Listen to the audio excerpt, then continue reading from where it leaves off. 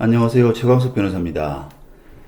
제가 2019년 6월 14일 그 KBS 아침이 좋다라는 프로그램에 그 반전 스토리라는 코너에 인터뷰를 했습니다.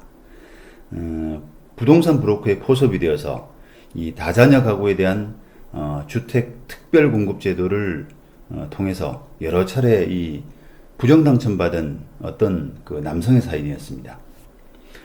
주택 공급에 관한 규칙 40조에는 이 다자녀 가구 특별 공급이라는 그 규정을 통해서 사업 주체는 건설에서 공급하는 주택을 그 건설량의 10% 범위 내에서 입주자 모집 공고일 현재 미성년자인 3명 이상의 자녀를 둔 무주택 세대 구성원에게 한 차례 한정해서 1세대 1주택 기준으로 특별 공급할 수 있다라고 하는 이 다자녀 가구 특별 공급 제도를 시행을 하고 있습니다.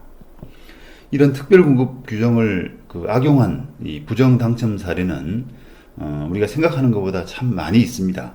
하지만 이 사건의 경우에 그 특이한 사연이 있었는데요. 이 남성 그 슬라이는 그 4명의 자녀가 있었는데 한 번도 아니고 이 3번씩이나 다자녀 특별 공급을 받았던 것입니다. 3차례 위장 이혼, 위장 결혼을 하고 또 이혼을 하고 이것을 반복하면서 매번 이렇게 특별 공급을 받은 것인데 현행 복귀의 허점을 파고들었습니다.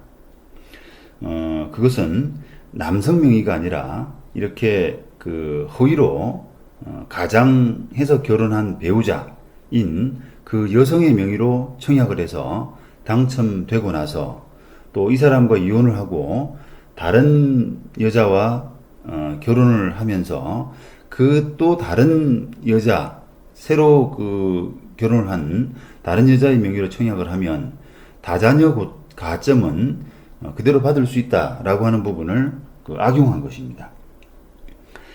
주택 공급에 관한 규칙 제54조 재당첨 대항 규정에는 이렇게 해서 주택에 당첨된 자의 세대에 속한 자는 재당첨 제한 기간 동안에 다른 분양 주택의 입주자로 선정될 수 없다라고 이 규정을 하고 있는데요. 이런 부분에 바로 허점이 있었던 겁니다. 이 법규상 재당첨 제한이라는 것은 당첨자와 같은 세대에 속한 그런 사람에게만 적용되기 때문에 이 사람이 재혼해서 그 사람이 아니라 바로 재혼한 배우자 명의로 청약을 하면 아무런 그 재당첨 제한 없이 그 남자의 다자녀 가점을 그대로 누릴 수 있게 되었던 것입니다. 그 결과 이 남성은 3번의 위장 결혼을 통해서 모두 3번 모두 이렇게 특별 공급 혜택을 받을 수 있었던 것이죠. 더더욱 희한한 사연은 이 남성과 허위 결혼한 3명의 그 여성 중에서 2명은 자녀 관계, 또 나머지 1명은 이들 자매와 또 사촌지간이었다는 것입니다. 결국은 일가 친척들이 돌아가면서 부정 당첨을 일삼은 것입니다. 이렇게 당첨된 주택은 또 불법으로 다른 데 전매되기까지 했습니다. 자, 이런 과정을 주도한 브로커가 있었는데요.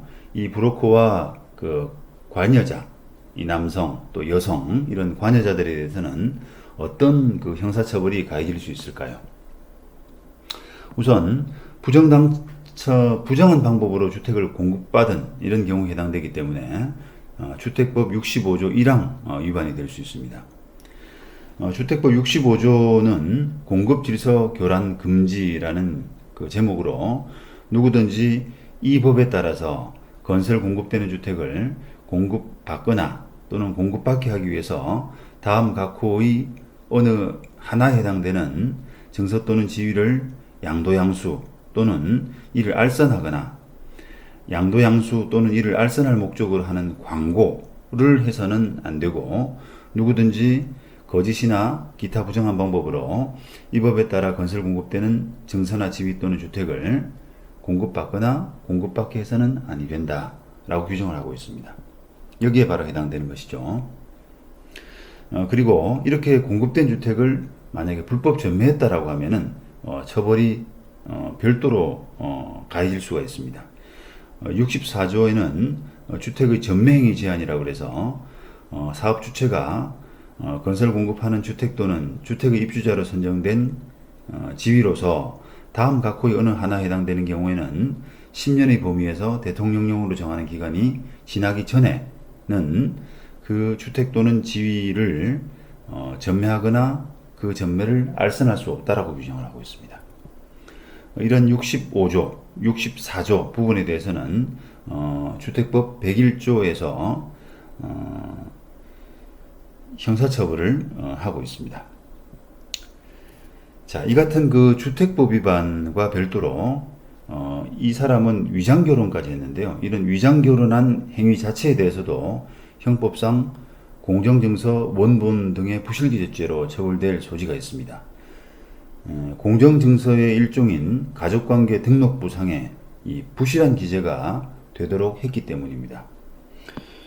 형법 228조에는 공정증서 원본 등 부실기재라는 제목으로 공무원에 대해서 허위신고를 해서 공정증서 원본 또는 이와 동일한 전자기록 등 특수매체기록에 부실의 사실을 기재 또는 기록하게 한 자는 5년 이하의 징역 또는 1,000만 원 이하의 벌금에 처한다라고 규정을 하고 있는 거죠.